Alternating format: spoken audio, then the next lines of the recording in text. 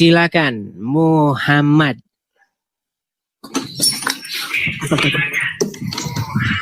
Mati kan. Muhammad. Aja. Bang, suara saya itu balik lagi ke sini, Bang. Ah, ya, udah. Silakan, Bang. Nyalakan kamera dulu, Muhammad. Anda muslim atau apa? Saya muslim, Bang. Muslim. Silakan, Bang. Apa gerangan atau apa yang mau disampaikan? Harus ya. Perkenalkan, Bang, nama saya Dimas. Dimas apa Muhammad? Halo, Bang Edi. Enggak, nama saya Muhammad Dimas. Oh, Muhammad Dimas, silakan. Jadi gini, Bang. Moti, saya mau bertanya ini, Bang. Silakan. Ayah saya Islam, mama saya Islam, adik saya Islam. Cuman saya sendiri yang kepingin mau ke Kristen. Namun orang tua saya melarang saya, Bang, tetap berkeras. Itu gimana saya menanggapinya, Bang? Karena saya udah ke gereja, udah melihara anjing juga. Iya. Tapi gini, Bang. Tapi gini, Bang. Kalau abang cuma ngaku-ngaku aja, nanti banyak yang bilang, ini nyamar-nyamar aja. Coba, abang kalau waktu jadi Islam itu... Gini dulu, Bang.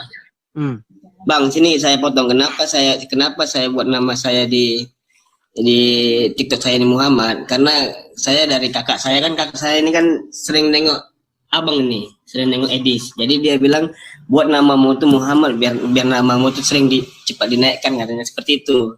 Oke. Tapi gini, Bang, tapi abang betulan muslim kan? Nama abang Muhammad Dimas betulan kan? Muslim. Oke. Bukan, nama saya Dimas Prastia Rahab.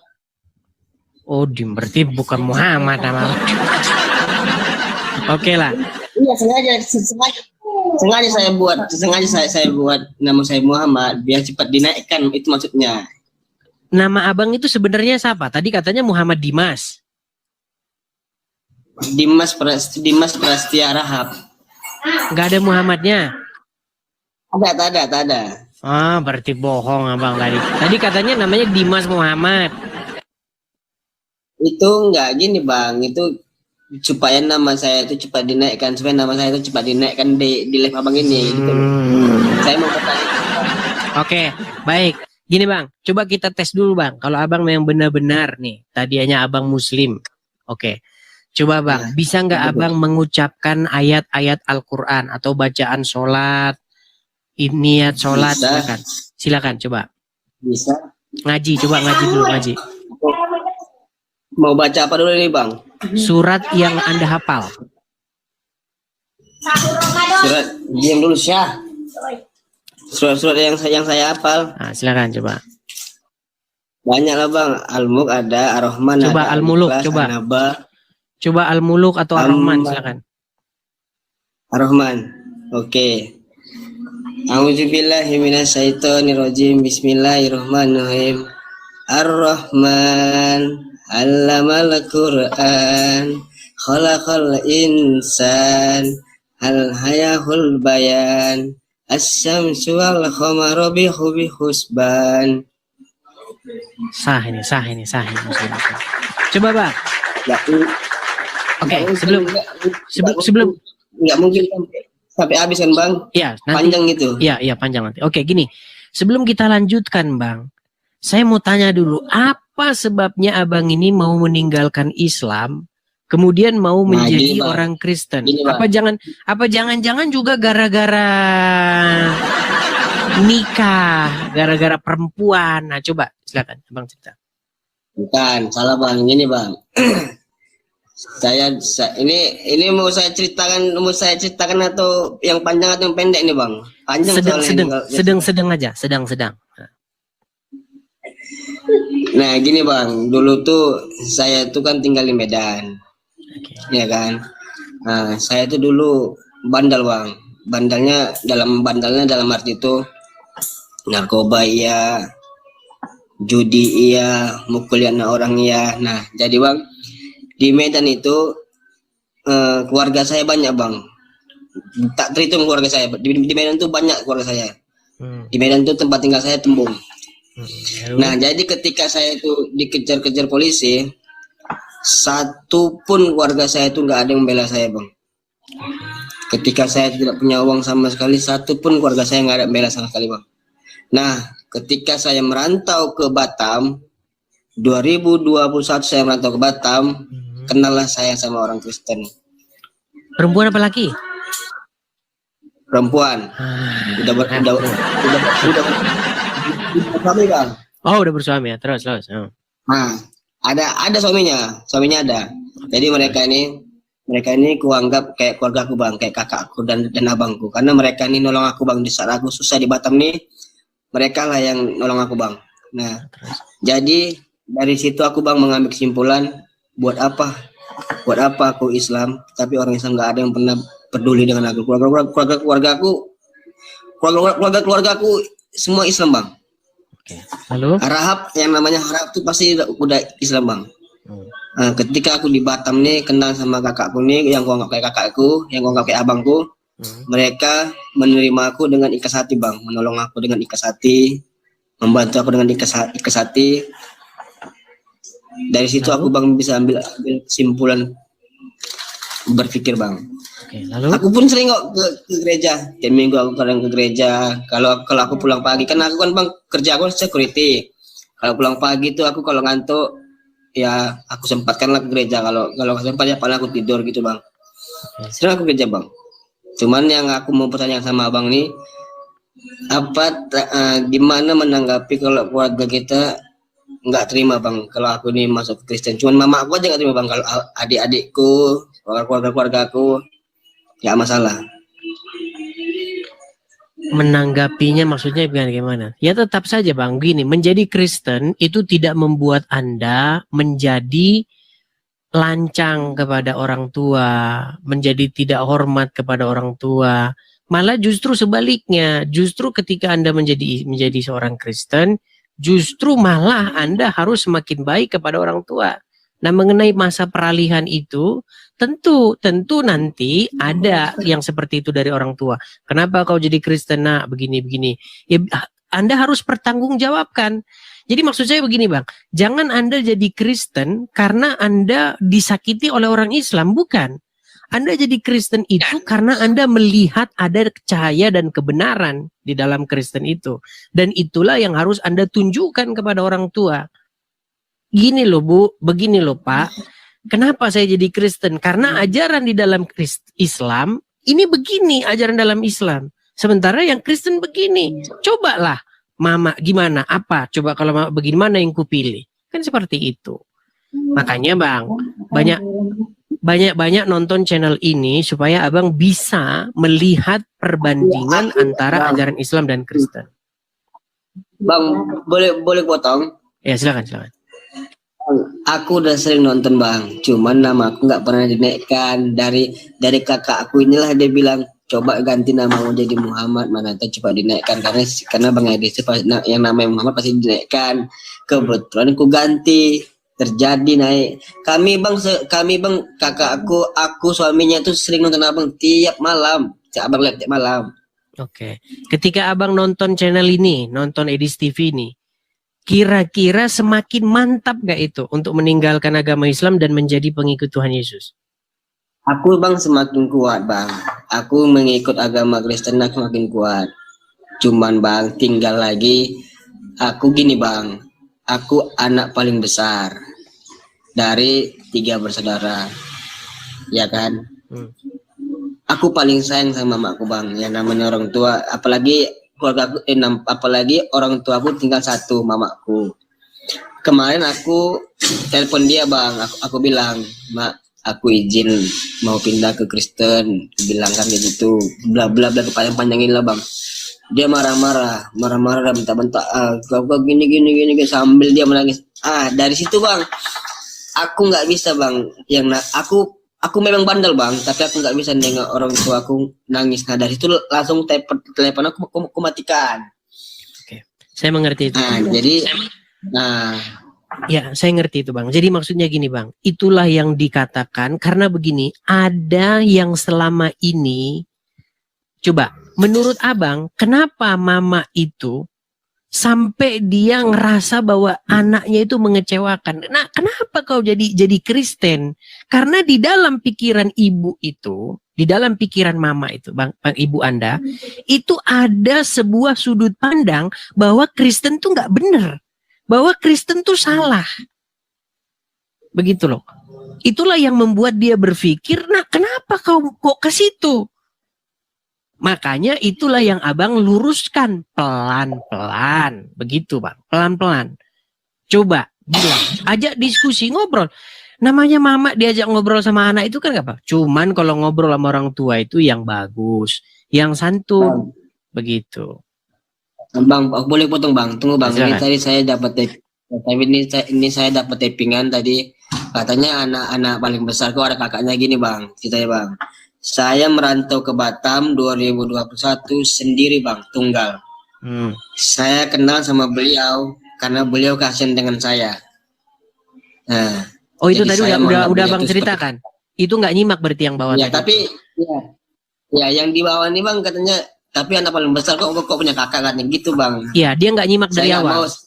Dia nggak nyimak dari awal. Jadi gitu bang. Oke, makanya saya luruskan lagi. Karena orang baru datang bang. Karena di TikTok ini penontonnya itu silih berganti. Dia datang keluar, Ya, datang keluar begitu. Saya pun bang sama abang salut bang. Penonton abang nggak sedikit. Walaupun saya bilang banyak. Saya sering baca tappingan ini banyak yang benci abang. Tapi saya lihat Dihiraukan penonton abang bang. Jangan dihiraukan saja, diacuhkan saja. Tapi intinya yang aku bilang gini bang. Intinya kenapa ibu Anda merasa anaknya itu kalau masuk Kristen itu adalah sesuatu hal yang mengecewakan? Kenapa ibu Anda itu merasa, aduh anak saya ini gimana kok dia jadi Kristen? Karena ada yang selama ini salah di dalam pikiran dia tentang Kristen. Selama ini dia menerima informasi yang nggak benar tentang Kristen. Nah itulah tugasmu bang.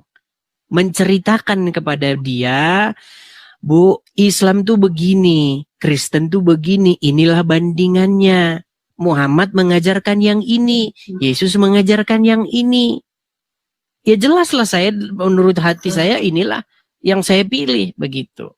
Nah, untuk paham seperti itu, makanya tadi saya bilang kan perlu yang namanya belajar.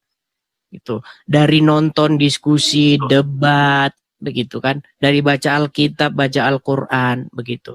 Kalau kebenaran itu kita sampaikan, mau siapapun dia, itu tidak akan bisa membantah dia, gitu loh. Pasti nanti ibu Anda itu akan nerima, oh iya ya, berarti saya juga jangan-jangan ini yang harus jadi Kristen, seperti itu. Makanya perlu belajar banyak-banyak, seperti itu Bang.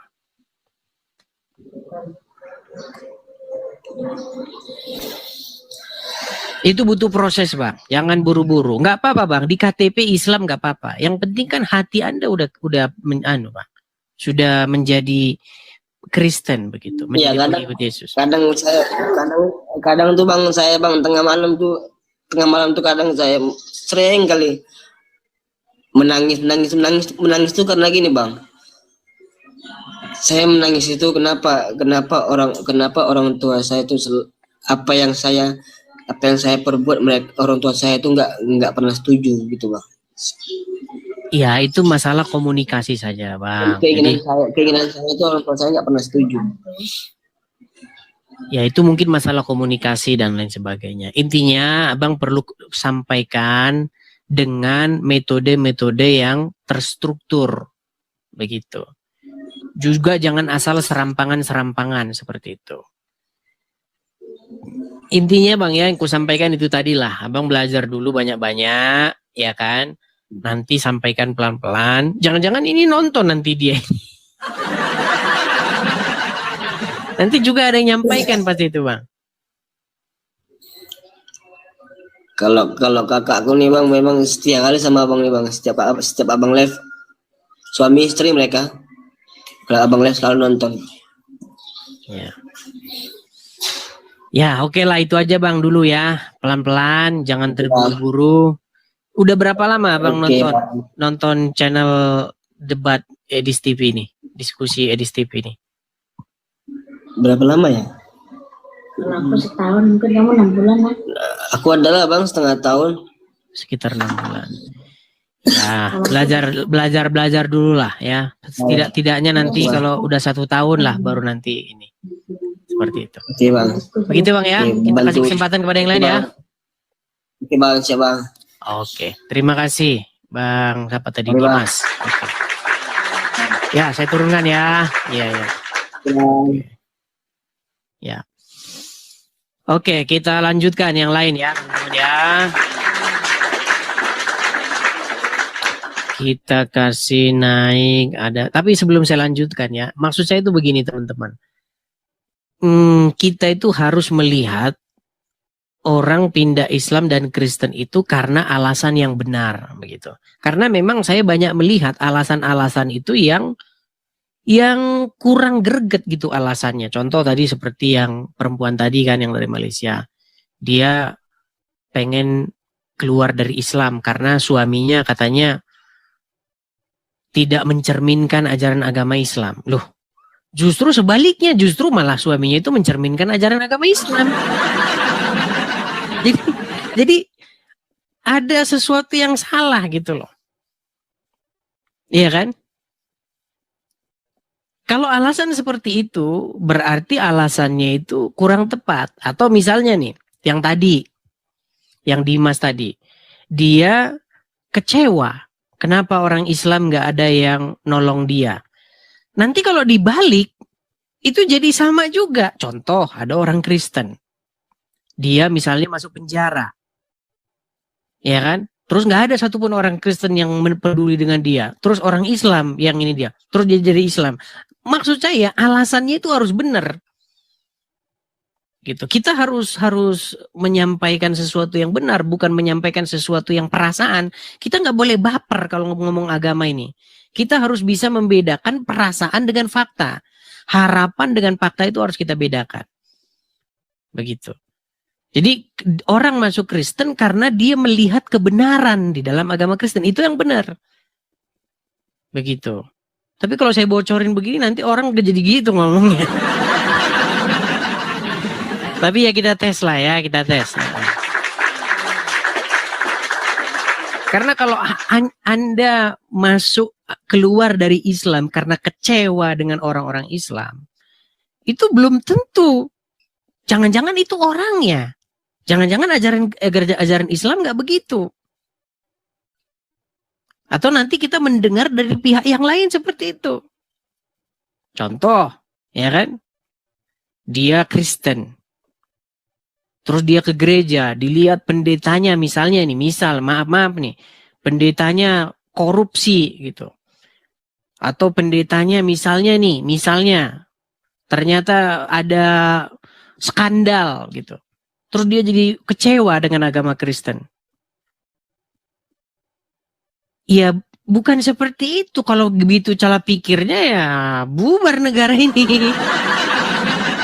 Bukan begitu mikirnya ya. Seperti itu. Anda harus bisa membedakan apa yang dilakukan oleh orang dengan ajarannya. Itu harus Anda bedakan. Oke, kita kasih naik ada Muhammad Rizky Hidayat. Oke, Muhammad Rizky Hidayat sudah tidak di sini lagi. Kita kasih naik ada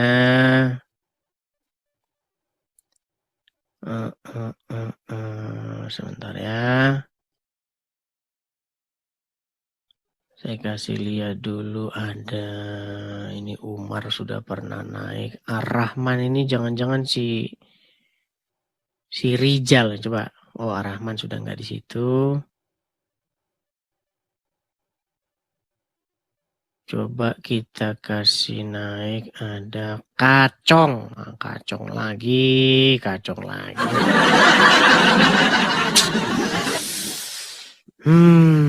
Ya Kacong, silakan Kacong. Ya, selamat pagi, Dis. Selamat pagi Kacong. Gimana kabarmu Kacong? Alhamdulillah baik. Gimana kabar kamu juga, Dis? Baik, puji Tuhan Kacong. Gimana Kacong? Iya. Kristen atau Islam mana yang benar? Cong, yang berisik-berisik itu suruh diam dulu lah, Cong. Berisik-berisik sekali itu, Cong. Atau cari tempat di ruangan yang lain, Cong. Jangan datang berisik-berisik. Haiya, Cong. Coba, Cong. Silakan, Cong. Menurut kamu mana yang benar, Dis? Baik, setelah saya meneliti ya, Cong ya. Saya itu nggak mau katanya-katanya, Cong. Kalau dulu, Cong, sebelum saya meneliti, saya seperti kamu. Katanya gitu. Tapi setelah saya teliti, saya bandingkan, saya baca isi Alkitab, saya baca isi Al-Quran, terus saya kaji secara independen. Saya dapati, Kak Cong, ini mohon maaf, Cong ya, ini kesimpulan saya, Cong. Islam itu tiada lain, tiada bukan, adalah agama yang dibuat-buat oleh orang Arab dengan mendompleng agama-agama orang Yahudi. Makanya di dalamnya banyak, di situ ada Musa, ada Abraham, ada ini. Tapi kalau ditanya orang Islam, siapa itu Musa, siapa itu Abraham, nanti mereka bingung. Jadi yang saya baca, yang saya temukan, Cong, Al-Quran itu menjiplak atau melakukan plagiatisme terhadap kitab-kitab terdahulu. Gitu, Cong. Bentar, Dis. Menciplaknya kamu dapat dari mana, Dis? Jangan cuma ngomong doang, Dis. Harus pakai data. Oke, saya kasih contoh ya, Cong ya. Saya kasih contoh, Cong. Misalnya, Cong, nih. Saya kasih contoh jiplakan-jiplakannya, Cong ya. Ini bukan dengan bermaksud mau ini ya, teman-teman ya. Saya mau menjelaskan kepada Kacong apa yang saya temukan nih. Contoh, Cong. Misalnya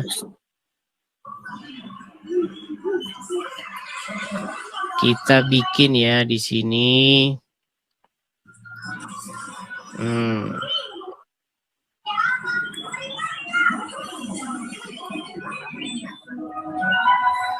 Soalnya kamu ini cuman pintar ngomong, Dis.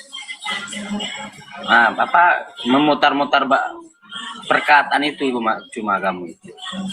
Ya, kita buktikan saja, Cong. Jangan begitu ya, Cong ya. Misalnya, Cong ya, kita buka di dalam Quran surat Al-Qasas ya, Cong ya.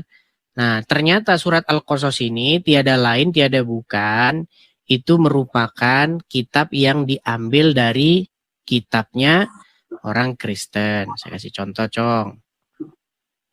Misalnya.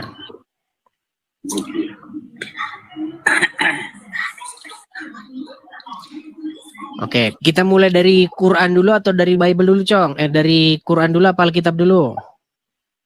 Terserah kamu, Dis. Soalnya kamu yang punya pendapat seperti itu. Baik.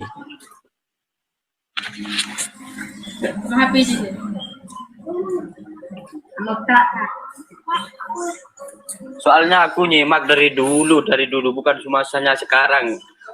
Kamu ini memframing gimana ya? Pokoknya pinter lah intinya kamu memframing. Baik. Baik, Cong ya. Kita bukakan di dalam Al-Quran dulu, Cong ya. Nih, saya balikin kamera saya ya. Ya. Oke. Dia mau tahu bagaimana ceritanya Al-Quran itu menjiplak. Ini Al-Quran ya, surat Al-Qasas ayat 31. Oke. Dan sebelum ketiga ini kita balik dulu aja ke sini nih ya. Maka tatkala Musa sampai ke tempat api itu, diserulah dia dari pinggir lembah. Oke. Sebelah kanan pada tempat itu yang diberkahi dari sebatang pohon kayu. Ya Musa, sesungguhnya aku adalah Tuhan semesta alam. Oke. Dan lemparkanlah tongkatmu. Maka tatkala tongkat itu menjadi ular dan Musa melihatnya bergerak-gerak seolah-olah dia seekor ular yang gesit. Larilah ia berbalik ke belakang dan tanpa menoleh. Hai Musa, datanglah kepadaku dan janganlah takut. Sesungguhnya kamu termasuk orang yang aman. Nah, masukkanlah tanganmu ke dalam leher bajumu. Niscaya ia keluar putih dan tidak bercacat, bukan karena penyakit dan seterusnya dan seterusnya. Nah, ini menurut orang Islam ini wahyu ini.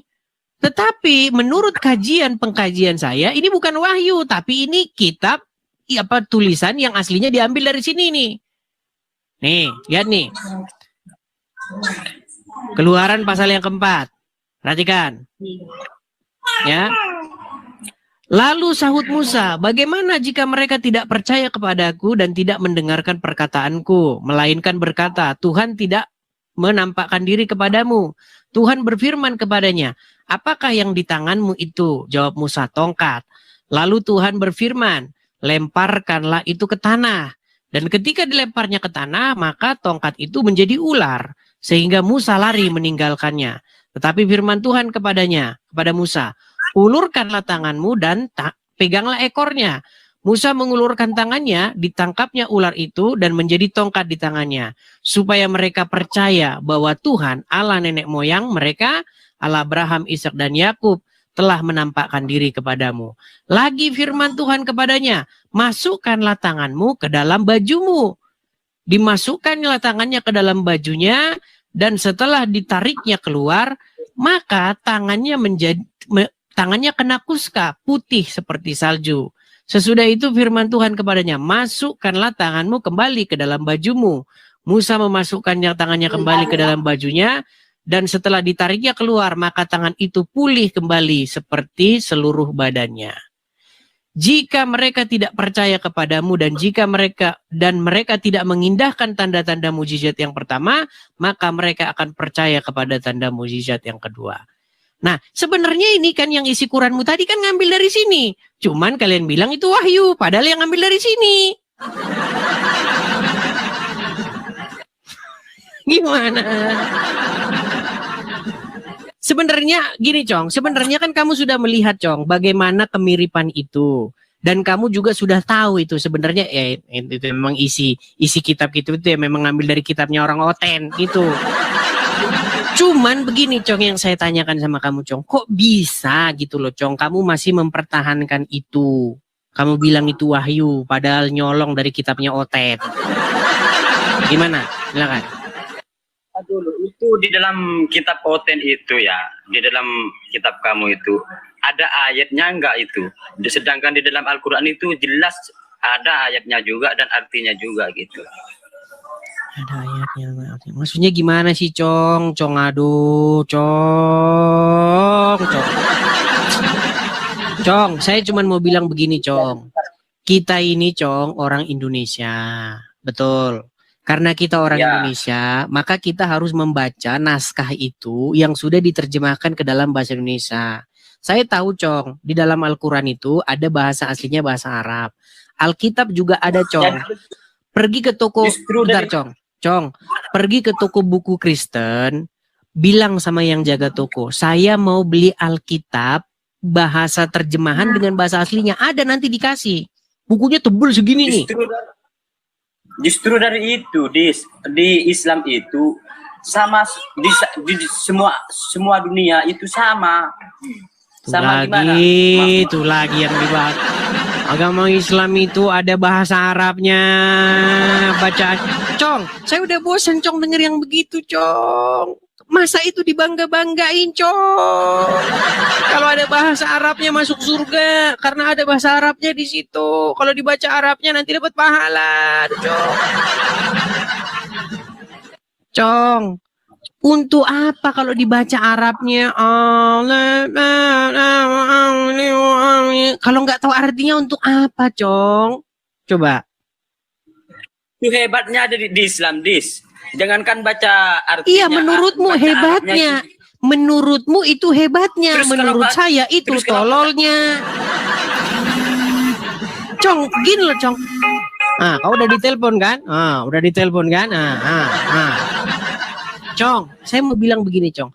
Ada orang yang berpikir bahwa itu kebanggaan, itu kehebatan. Tapi jangan kamu kira bahwa orang lain itu berpikir kebanggaan, kehebatan. Bahkan itu ketololan.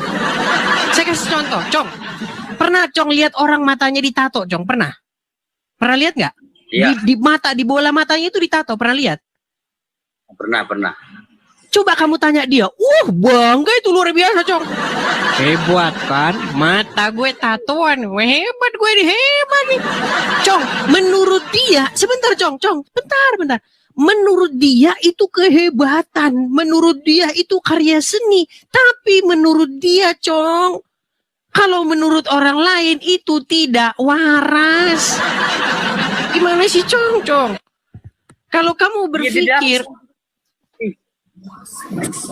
ngelakuin seperti itu, matanya dikasih tato. Cong, kamu kan berpikir begini. Sebentar, kamu kan berpikir begini. Kitab suci itu hebat kalau di situ ada huruf Arabnya. Kemudian huruf Arabnya itu dibaca dapat pahala. Itu kan yang kamu bangga-banggakan kan? Biar kamu tahu, Cong, kamu pergi ke toko buku Kristen, TBK namanya. Toko buku Kristen. Di situ ada Alkitab, bahasa asli Ibrani-nya di samping, terjemahannya di kanan. Ada.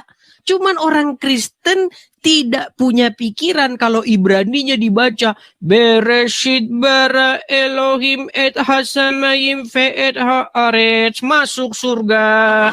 Bukan begitu, Cong.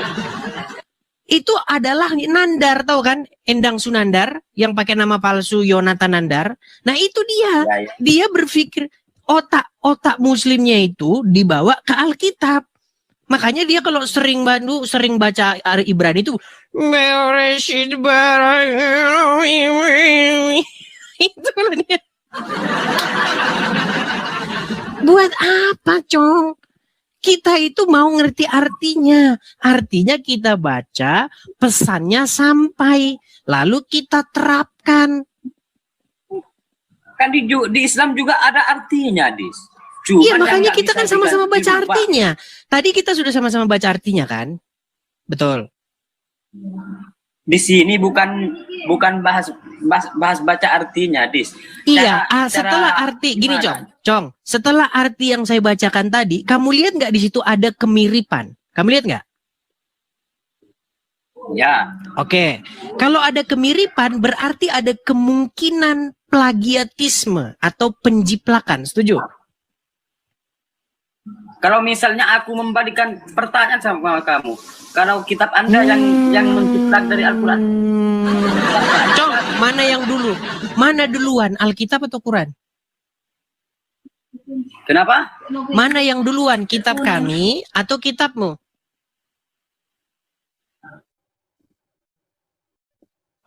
Mulai dia matikan sinyal wifi.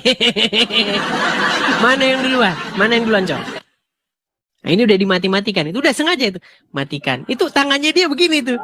Sinyal matikan, hidupkan. Ini mulai tanda-tanda. Ini tanda-tanda mau kabur nih. Cong, mana yang duluan? Alkitab atau Quran? Dulu, Dis. Di Islam itu yang duluan memang kitab Taurat. Cuma kitab Taurat sekarang ini sudah tidak ada, Dis. Sudah Kok tidak ada? Itu yang saya bacakan itu apa tadi? Kok tidak ada? Mau kamu ngomong tidak ada?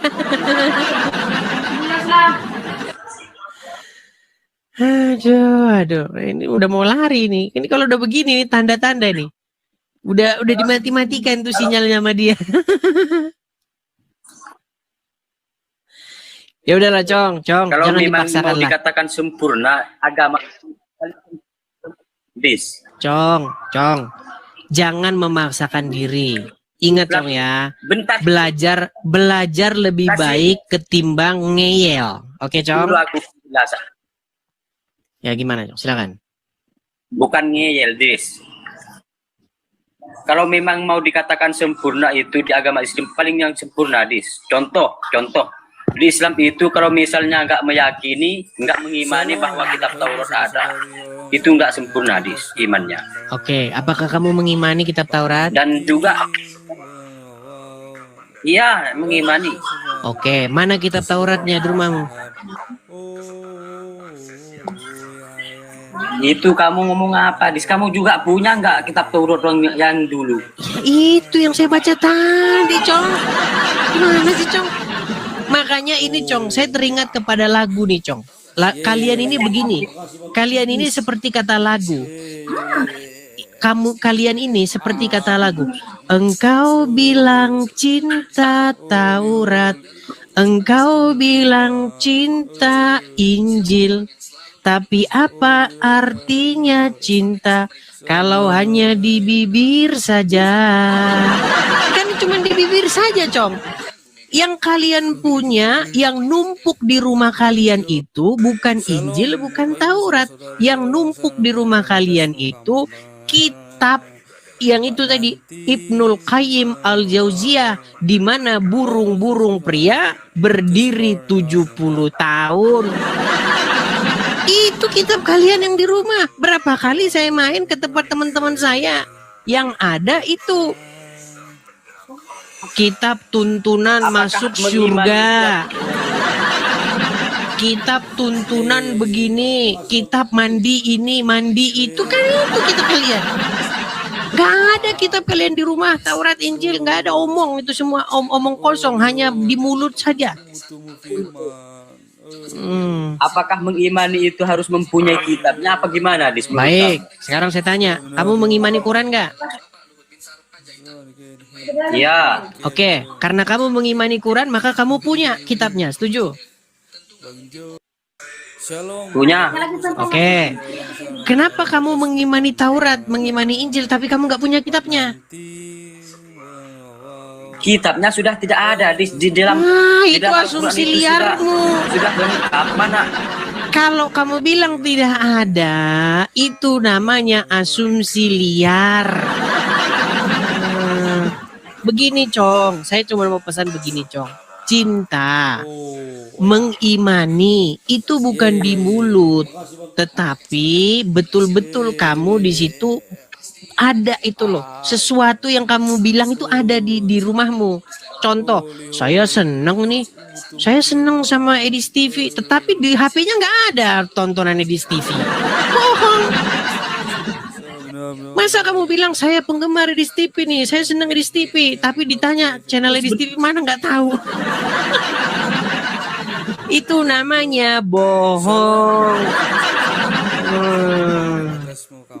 Udahlah, Cong, kamu belajar dulu yang banyak sana. Nanti kamu naik lagi sini kalau kamu udah pintar, ya, Cong ya. Kita kasih kesempatan dulu yang lain. Kamu udah sering naik sini tapi nggak tobat-tobat nih. Ya, begitu, Cong ya. Selamat pagi menjelang siang. Cong. Terima kasih, Cong. Iya, teman-teman, bagaimana? Sudah mau lanjut kita, teman-teman, atau bagaimana? Berapa sih? Mau jam 11. Lanjut? Lanjut. Baik, tapi kita iklan dulu ya, teman-teman ya. Sekali lagi, teman-teman pemirsa Edis TV dimanapun teman-teman sekalian berada, kalau teman-teman suka dengan channel ini, teman-teman bisa bagikan channel ini kepada siapa-siapa saja yang kalian anggap perlu untuk mendengarkan channel ini. Teman yang pengen mualaf atau teman yang pengen masuk Kristen, nah ini cocok nonton channel ini. Seperti itu. Kemudian teman-teman jangan lupa juga tap-tap layar. Kalau tap-tap layar di sini ya, jangan di sini-sini, nanti malah mengajukan permintaan naik. Kemudian jangan lupa juga follow siaran ini, ikuti channel ini karena ini akun yang asli ya. Karena di luaran sana itu Edis TV palsu itu banyak sekali. Apalagi di Facebook, Edis TV palsu itu bertaburan sampai pengikutnya 500.000 bahkan. Bahkan akun Edis TV yang asli itu pengikutnya malah kecil yang di Facebook. Ya, teman-teman sekalian, juga teman-teman bisa mensupport saya secara finansial juga bagi teman-teman yang mampu. Kalau teman-teman yang nggak mampu, nggak usah. Teman-teman hanya tap-tap layar saja itu udah cukup. Kalau teman-teman secara finansial mampu, acara ini juga butuh yang namanya sokongan finansial. Jadi teman-teman bisa support saya di sini. Demikian video kesaksian yang kita sudah dengarkan secara bersama-sama. Kesaksian ini yang sangat luar biasa sekali, di mana ia menyampaikan pengalaman spiritualnya bersama dengan Kristus, dan ia mengalami perubahan yang luar biasa. Orang yang sakit disembuhkan melalui kuasa darah Tuhan kita Yesus Kristus. Makanya jangan sampai terlambat ketika kita percaya kepadanya, karena dia adalah Allah yang berkuasa baik di bumi maupun di sorga. Dan dia juga adalah Allah yang tidak bisa dibatasi oleh ruang dan waktu, apalagi dibatasi oleh manusia. Apa yang Tuhan pikirkan tidak sama dengan apa yang manusia pikirkan. Karena itu saudara yang dikasih Tuhan, ia selalu menyatakan dirinya. Itu bukti kasih Allah, bahwa ia adalah Allah yang hidup, Allah yang selalu menyatakan kemuliaannya bagi orang yang mau percaya dengan sungguh-sungguh dan takut akan dia. Lukas pasal 18 ayat 15 sampai 17 mengatakan demikian. Lembaga Alkitab Indonesia memberikan satu judul, Yesus memberkati anak-anak. Maka datanglah orang-orang membawa anak-anaknya yang kecil kepada Yesus, supaya ia menjamah mereka. Melihat itu, murid-muridnya memarahi orang-orang itu. Tetapi Yesus memanggil mereka dan berkata, biarkanlah anak-anak itu datang kepadaku, dan janganlah kamu menghalang-halangi mereka. Sebab orang-orang yang seperti itulah yang empunya kerajaan Allah.